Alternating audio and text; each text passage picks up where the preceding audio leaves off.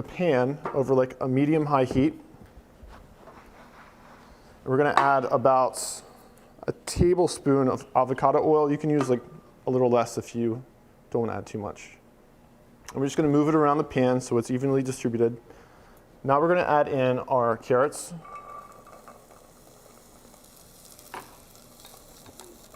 Move them around. And our zucchini.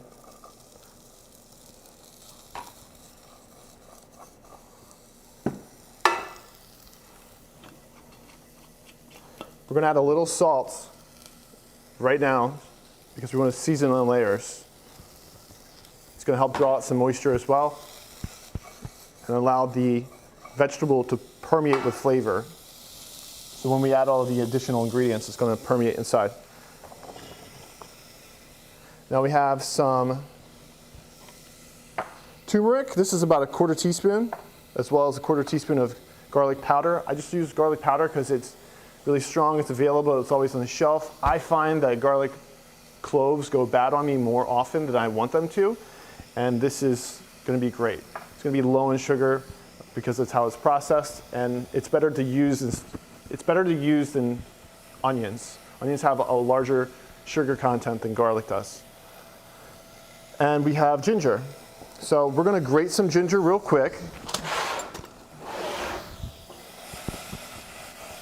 All while making sure that we don't burn our vegetables. Now this is a microplane. If you don't have one at home, you can just chop it up until it's kind of minced, but I highly suggest investing into one of these. We're using about, I don't know, thumb size. It says 1 teaspoon grated, but use whatever you like.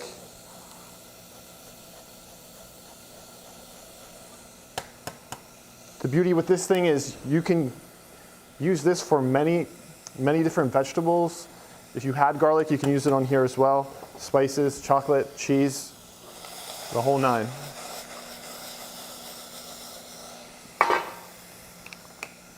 Now we're going to add this to our vegetables. Be careful though, you don't want it to sit in there unattended. We're going to add our turmeric, garlic, and we're going to stir it up so it's nice and mixed up. And we're going to toast it a little bit, not a lot, because if you cook it too much, it's going to start burning.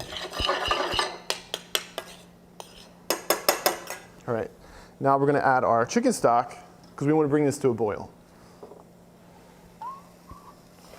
So this is 2 cups of chicken stock. Like I said, we might need a little extra liquid later, but we'll do that when we get closer. And the reason why I'm saying that is because when I was cooking it the first time, I cooked it too high, and therefore the liquid evaporated too quickly, and it didn't absorb into the millet evenly as it should. So because of that, I had to add liquid into the pot, and that can be dangerous because if you add too much, it can get really gloopy, and we don't want that. So we're going to bring this up to a boil.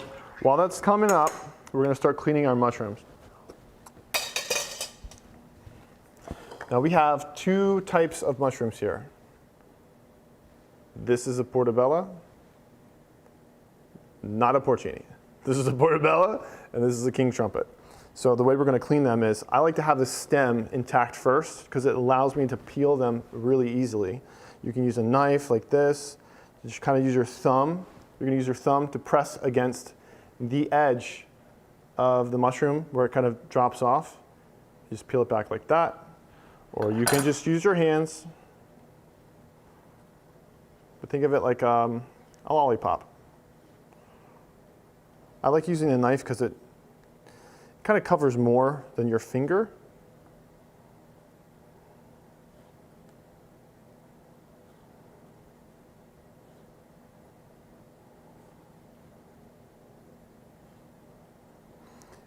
And we're doing this because mushrooms grow in, how do I want to say this? They grow in fertilizer. So we want to make sure that we're not cooking too much of that inside of our stuff. We can also rinse this off to get it extra clean.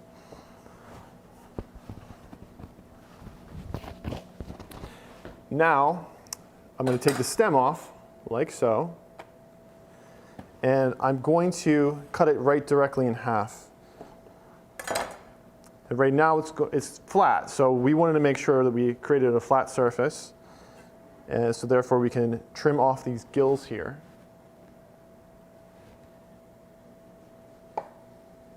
If you don't get them all at one swoop, it's okay.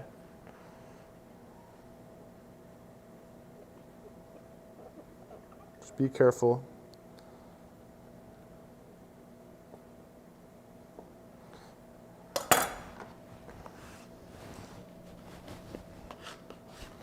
And then from here, we're going to slice them. Let me just do this one real quick too.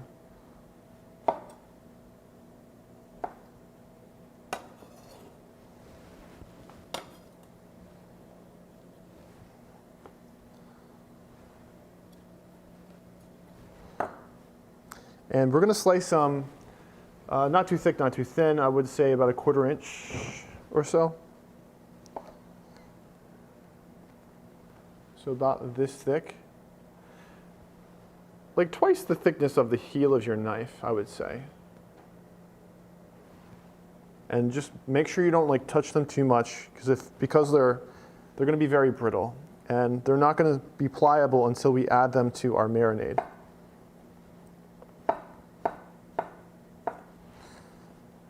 If you don't want to do strips, you can cut them into shapes like this. Like, you want to go bite-sized. That's what we're looking for. The reason why we're cutting it into strips is because I want to make it feel like it's meaty. And I also like how sauce can kind of lay in those. I have to describe it by showing it. I like how sauce will be able to lay into these layers we have here. It's kind of like a crevasse, making it easier to pull them apart, so you're not chewing them up as much either. So I have those shapes. Let's add our millet to our pot real quick while we're up at a boil. Gonna mix it up, mix it in, just so it's not all sunk and it's evenly distributed. And add a pot lid on top. We're gonna transfer this over in a minute. We just wanna bring it up to a boil because we're gonna use this plancha to cook our kebabs on. Now for the other mushroom, you can cut it into different shapes too. You can do strips as well. I like to go rounds on here because of the way that the mushroom grows. It kind of grows, it's kind of like meat. We're gonna cut against the grain. And if you go long ways, it gets really stringy, which this way is very stringy. Let's just try to cut it in half. Maybe I can show you. So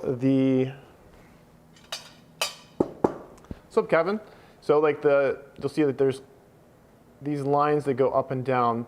If you cut them this way, it'll be stringy when you eat it. We want to cut it against the grain, just like meat.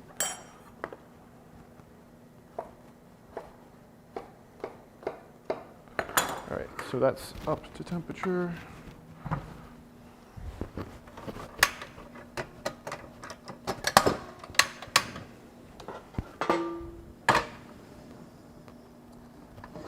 I moved my pot over and we turned it down to a very low simmer.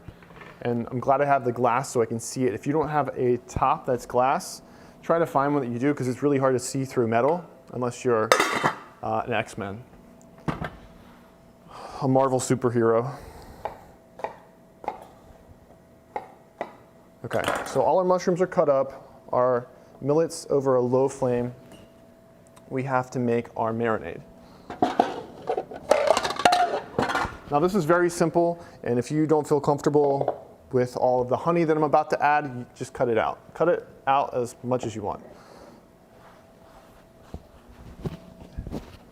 So it's going to be a tablespoon of honey and a tablespoon of tamari. As you add more mushrooms, add more of both of those ingredients, and it's equal in a ratio, so it's 1:1. And for the amount that we have here, I'm probably going to do, let's say, 2 tablespoons, maybe 3. Let's go 2. It's about 2.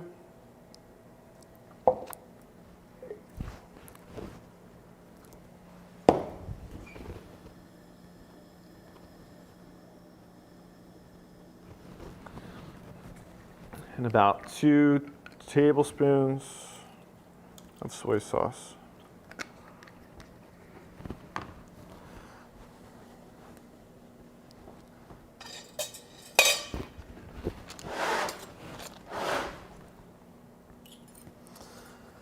And the last ingredient we have to add that I did not leave behind is garlic. Give me 1 second.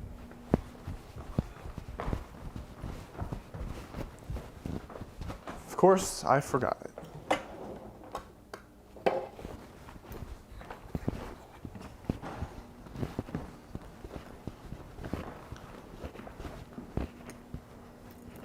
So we're going to add about, let's say, a 1/4 teaspoon of garlic powder per tablespoon of each.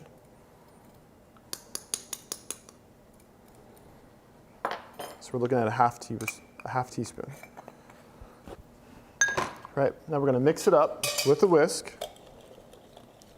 And then we're going to toss our mushrooms in here.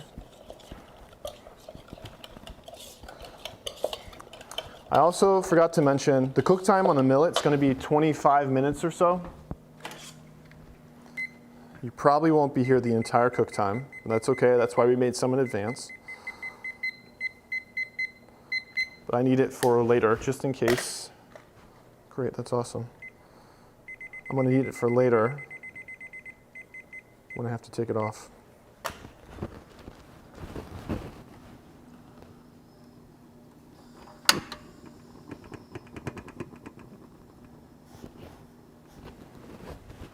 Okay, so we're mixing this up so it's nice and like viscous. Everything's all together. We're going to add our mushrooms inside. I'm going to let them chill in here for about, I don't know, let's see, 15 minutes to 30 minutes. And as they sit, they're going to kind of leach out liquid and they'll get more pliable. If this is not working for you, they're not getting pliable, that is, you can just put them right on top of on a pan or put them right on the grill and just cook them like this. But the reason why we want them pliable is so when we skewer them, they don't bust on the skewer.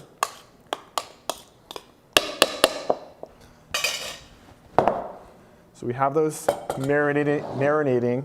I did some in advance because I had to, or else this class is going to be forever.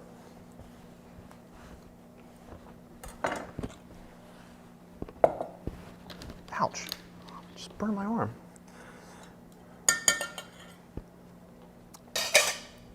Okay, so you can see like our mushrooms got really like wiggly, pliable. That's what we want. Now for skewering the mushrooms, we want to make sure we're not going too far to the edge because the edge isn't going to have enough surface area for us to go through. It'll just start like splitting in half. So I'll try to go as slow as possible. We're going to go maybe like 1/2 inch from the end. Now when you're doing it like this, don't go too far down. We want to fold it over to the opposite side. And that's going to create this kind of, this little layer of mushroom, allowing everything like the juices to kind of lay inside of it and get absorbed more thoroughly. And then you can switch. So we started on this side, we're going to turn it around this way. This might not make sense, but you'll see what I'm talking about. So they're sitting like this. So instead of sitting like this, they're like this. So that way they're going to be evened out as they get pushed more and more onto the skewer. And if you have a really long mushroom, you may be able to do it twice or 3 times, but twice should be enough.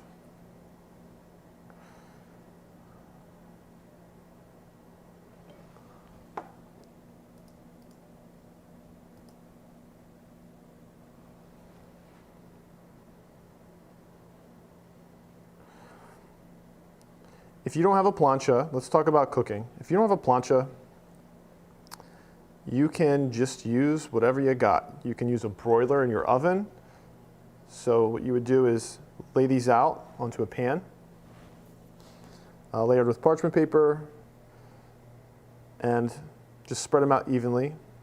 Put them right into the oven, allow the broiler to do its job. It's going to start cooking from the top down and allow you to get that kind of grill-like texture, grill-like flavor. If you run into a situation where you have it dangling off, a thing that I like to do is kind of push it back towards the skewer and just skewer right on top, and it'll create enough tension to keep it intact. You can do this in advance. You can do it like the day before to allow the marination to kind of seep deeper. So don't think that you have to get this all done at the same time. It can be something you prep in advance. Okay, our millet's still cooking. It looks really nice so far. Let's get into cooking these kebabs. I also got the trumpets, the royal trumpets. I skewered them like this. All right, so if you can go sideways, you can go right through it, but I wanted to do it like this. You also can put vegetables in between.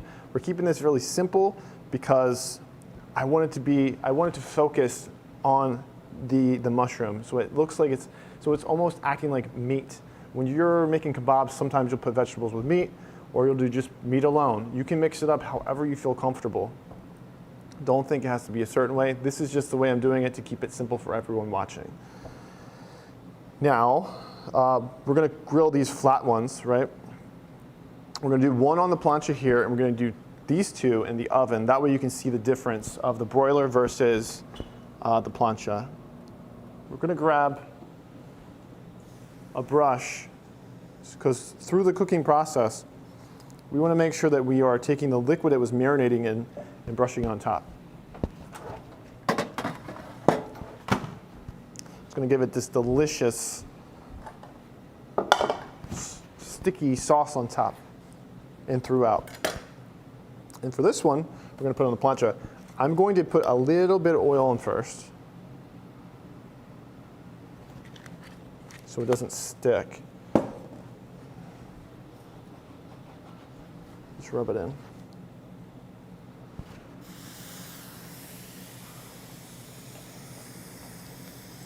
I don't know if you can see this. The millet is starting to absorb all of the liquid. So now it's just about it kind of just soaking it throughout. Does that make sense? No, it doesn't make sense. So the millet's almost done cooking because it's almost absorbed all of the liquid. It has about 12 minutes left. We're gonna let that keep riding. While we're waiting, we're gonna be getting everything else together. The garnishes. So we have a lime.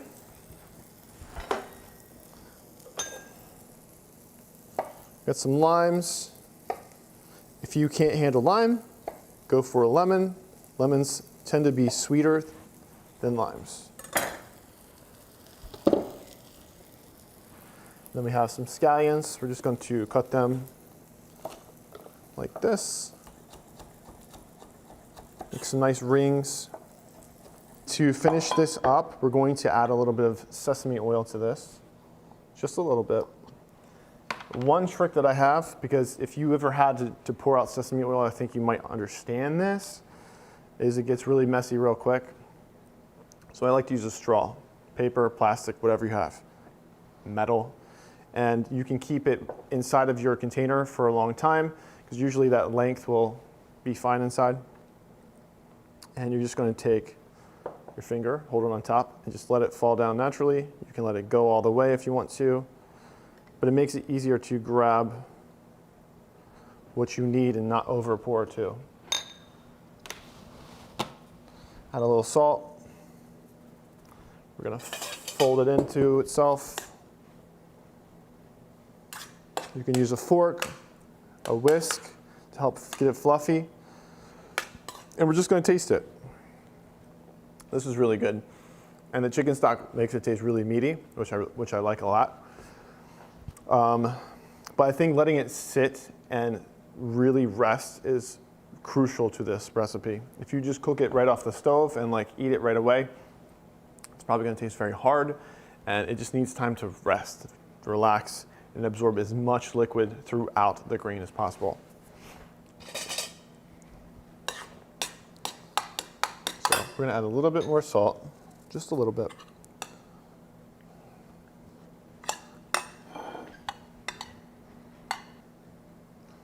I also want to kind of add an avocado to this.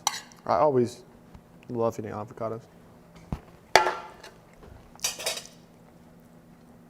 Now we'll add our kebabs on top, like so.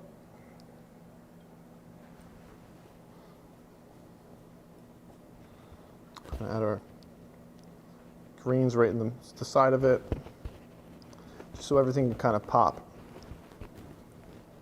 Last but not least, we're gonna add a little lime juice to our kebabs to cut through any of that charred flavor we got through the cooking process, which would be bitter. Acid really helps cut through bitterness quite often, unless you're using a bitter citrus. And that's it. This is our dish. If you're looking for the recipe, you can find it in the description. If you're on Instagram, you can find it in the link which says Chill Bill's Recipes. Thank you for whoever chose this dish, and I'll see you guys next week.